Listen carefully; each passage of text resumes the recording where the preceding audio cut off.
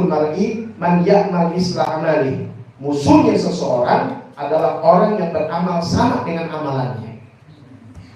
Musuhnya seseorang yaitu yang amalnya sama dengan amalnya. Ustadz musuhnya, tukang minyak wangi musuhnya, pejabat musuhnya, paham situ?